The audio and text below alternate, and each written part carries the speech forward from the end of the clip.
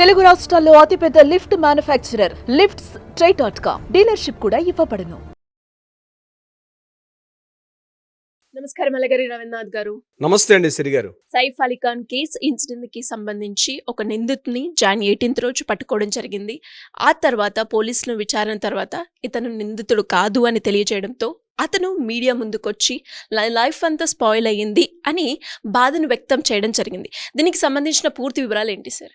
ఆకాష్ కైలాష్ కనోజియా ఇతడు January 18th Gnaneshwar express ట్రైన్లో ముంబై నుంచి బయలుదేరి ఇతను తన అమ్మగారు అంటే ఛత్తీస్గఢ్, యాక్చువల్లీ తను ఉండేది ఛత్తీస్గఢ్, అక్కడ నుంచి బయలుదేరి దుర్గ్ వెళ్తున్నాడు. ఇతను ఆ వెళ్తున్న మార్గ మధ్యంలో దుర్గ్ రైల్వే స్టేషన్లో ఉన్నటువంటి ఆర్పిఎఫ్ రైల్వే పోలీసులు అంటే రైల్వే ప్రొడక్షన్ పోలీసులు ఇతను ఇమీడియట్గా స్టేషన్ నుంచి అమాంతం దించేశారు. ఎందుకంటే సైఫ్ అలీ ఖాన్ కేసుకు సంబంధించి ఏదైతే ముంబై పోలీసులు రిలీజ్ చేసినటువంటి ఏదైతే ఆ ఇమేజ్ ఉందో ఆ ఇమేజ్కి దగ్గర పోలికలుగా ఉన్నాయని చెప్పి ఇతని వ్యక్తిని అరెస్ట్ చేయడం జరిగింది. ఇతని పేరు ఆకాష్ కైలాష్ కనోజియా. ఇతను దుర్గ్ రైల్వే స్టేషన్లో ఇతన్ని పట్టుకొని హుటాహుటిని అక్కడి నుంచి గట్టిగా కొట్టుకుంటూ ఇతని రకరకాలుగా హింసించుకుంటూ మరలా ముంబైని తీసుకొచ్చారు. ముంబై పోలీసులు ఇతని యొక్క ఇమేజెస్ ఎంటైర్ దేశవ్యాప్తంగా ఉన్నటువంటి సోషల్ మీడియాలో పూర్తిగా స్ప్రెడ్ అవ్వడం జరిగింది. అదిగో సైఫ్ అలీ ఖాన్ కేసుకు సంబంధించి ప్రధాన నిందితుడు ఎవరైతే నిందితుడు హత్య చేసి పారిపోతున్నటువంటి నిందితుడు ఆ స్టేర్ కేసు మీద ఏదైతే మనకు కనిపిస్తున్న ఇమేజెస్ ఇదిగో ఇతనే అని చెప్పి ఇతను అరెస్ట్ చేసి తీసుకెళ్ళడం జరిగింది ముంబై పోలీసులు January 18th నాడు. అయితే తర్వాత 18th అతను తీసుకెళ్లి పోలీసులు ఇంటరాగేట్ చేసినప్పుడు అతను చెప్పింది ఏంటంటే అతను ఉండేది కొలాబే ప్రాంతం, ముంబైలోని కొలాబే ప్రాంతంలో ఇతను ఉండేవాడు. నేను ఒక దీంట్లో జాబ్ చేస్తున్నాను, నేను డ్రైవర్గా వర్క్ చేస్తున్నాను బట్ మా అమ్మమ్మకు ఒంట్లో బాగాలేదు నేను చెప్పి చూడడానికి వెళ్తున్నాను. అమ్మమ్మకి చూస్తూ దారిలో నేను ఉన్నటువంటి నా వుడ్ బి ఎవరైతే ఉన్నారో నేను మ్యారేజ్ చేసుకోబోతున్న అమ్మాయి కూడా నాకు చూసుకోవడానికి నేను ఆల్రెడీ ఎంగేజ్మెంట్ కూడా అయిపోయింది ఇద్దరి మధ్య. సో నేను ఆమెను కూడా చూడడానికి నేను వెళ్తున్నాను, ఆల్మోస్ట్ నాకు ఒక 1-2 monthsలో నాకు మ్యారేజ్ ఉందని చెప్పి అతను దారుణంగా వాపోయాడు. అయితే పోలీసులు మాత్రం అతని మాట పెడచెవిని పెట్టారు, వినలే. తర్వాత January 21st కొత్త వ్యక్తిని ఎవరైతే ఇప్పుడు మనం చెప్పినటువంటి బంగ్లాదేశీయుడు అనేటువంటి మహమ్మద్ అష్రఫుల్ అహ్మద్ అతని పేరు, అతన్ని తీసుకున్నాక ఇతని నిందితుడు కాదని చెప్పి ఇతను విడిచిపెట్టారు. ఎవరు నేను చెప్పినటువంటి ఆకాష్ కైలాష్ కనోజియాకు ముందు ఇంకొక వ్యక్తిని కూడా పట్టుకున్నారు. అంధేరి ప్రాంతంలో ఇయర్ ఫోన్స్ పర్చేజ్ చేసినటువంటి అతన్ని అరెస్ట్ చేశారు. ముందు అతను అనుకున్నారు, తర్వాత అతను కాదని చెప్పారు. రెండవసారి ఇప్పుడు నేను చెప్పిన ఆకాష్ కైలాష్ కనోజియాని అరెస్ట్ చేశారు.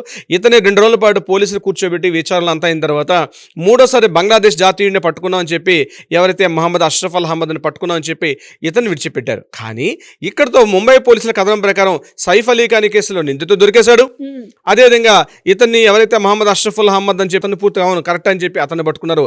ఆ స్టోరీ వేరే. కానీ ఇక్కడ ఎవరైతే 18th పట్టుకున్నటువంటి ఆకాష్ కైలాష్ కనోజియా పరిస్థితి అగమ్య గోచరం అయిపోయింది ఆయన జీవితం. ఎందుకంటే ముంబై పోలీసులు ఆయన జీవితంతో పూర్తిగా ఆడుకున్నారు. ఎప్పుడైతే ఆయన ఇమేజెస్ సోషల్ మీడియాలో స్ప్రెడ్ అయిన తర్వాత ఎవరైతే ఇతనికి అమ్మాయిని ఇస్తాను అనుకుంటుంటే అమ్మాయి యొక్క తల్లిదండ్రులు పూర్తిగా ఇట్లాంటి దొంగ మాకెందుకని చెప్పి తన అమ్మాయి మ్యారేజ్ కూడా రిజెక్ట్ చేశారు ఇమీడియట్గా. తర్వాత ఇంకోటి ఏం జరిగింది, ఈయన ఎక్కడైతే జాబ్ చేస్తున్నాడో ఆ జాబ్ వాళ్ళు ఏం చేశారంటే ఇదిగో ఇట్లాంటి వ్యక్తి మా దగ్గర ఎందుకు ఉంటాడని చెప్పి ఇతని యొక్క ఆకాష్ కైలాష్ కనోజియాని తనకేమో ఉద్యోగం పోయింది, చేసుకోబోతున్న అమ్మాయి మ్యారేజ్ చేసుకుంటున్న అమ్మాయి కూడా రిజెక్ట్ చేసింది. ఇది కాకుండా వీళ్ళ ఇంటి పేరెంట్స్ ఎవరైతే ఉన్నారో దుర్గులో వీళ్ళు యాక్చువల్గా ఉండే దుర్గు ప్రాంతంలో ఉన్నమాట. ఆ ప్రాంతంలో వీళ్ళందరూ కూడా ఇగో ఇలాంటి దొంగ నీ కొడుకుగా ఉన్నాడని చెప్పి వాళ్ళ పేరెంట్స్ మీద రకరకాల మానసికంగా టార్చర్. అంటే జాబు పోయింది, మ్యారేజ్ చేసుకోబోతుంటే అమ్మాయి రిజెక్ట్ చేసింది.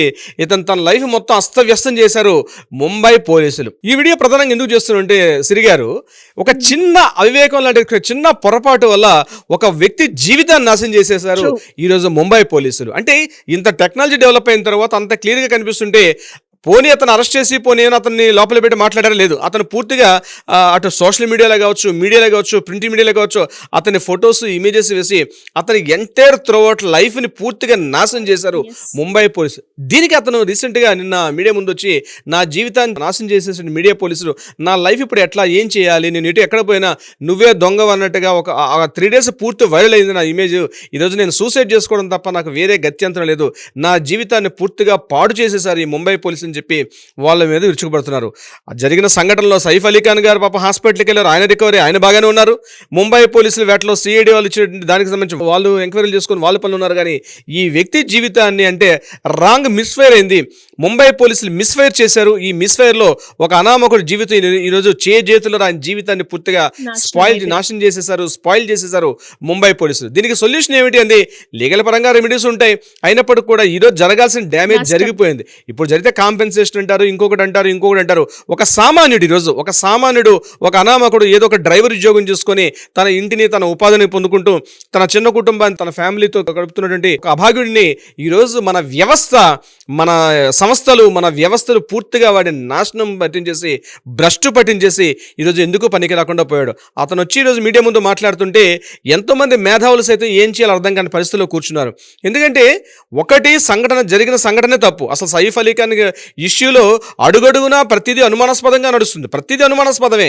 ఎవరు అసలు నిజంగా జరిగిందా, సంఘటన జరగలేదా, జరిగితే ఏం జరిగింది, పోలీసులు చెప్పే వార్తా కథనాలకి అక్కడ వాస్తవ పరిస్థితులకి రెండిటికి కూడా ఎక్కడ పొంతన కుదరడం లేదు.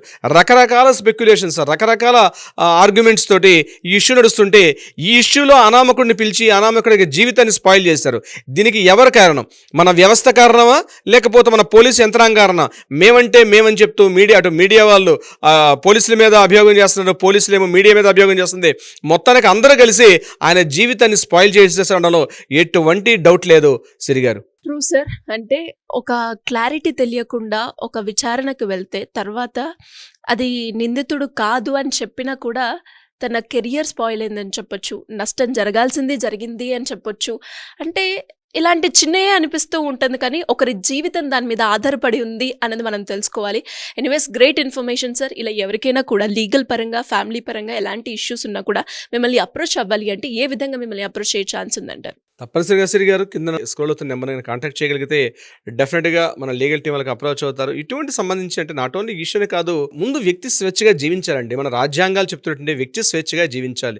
పెళ్లి చేసుకున్నారా, పెళ్లి చేసుకోలేదా, జాబ్ చేస్తున్నారా, జాబ్ చేయట్లేదా, అవన్నీ survival issues. That is different. ముందు వ్యక్తి అనే వ్యక్తి జీవించాలి. సో జీవించే హక్కు ఉంది, అది మన రాజ్యాంగం మనకి భద్రత కల్పిస్తోంది. దీనికి సంబంధించి ఎవరైనా లీగల్ పరంగా ఇటువంటి సలహా సంప్రదింపులు పరిష్కారాలు కావాలనుకుంటే డెఫినెట్గా కింద స్క్రోల్ అవుతున్న కాంటాక్ట్ అవుతున్న నెంబర్ని చేయగలిగితే మన లీగల్ టీం వాళ్ళకి అప్రోచ్ అవుతారు. సరైనటువంటి ఒక పరిష్కార మార్గాన్ని అయితే తప్పనిసరిగా చూపించగలుగుతారు సిరి గారు. Thank you sir. Thank you so much. Thank you so much అండి.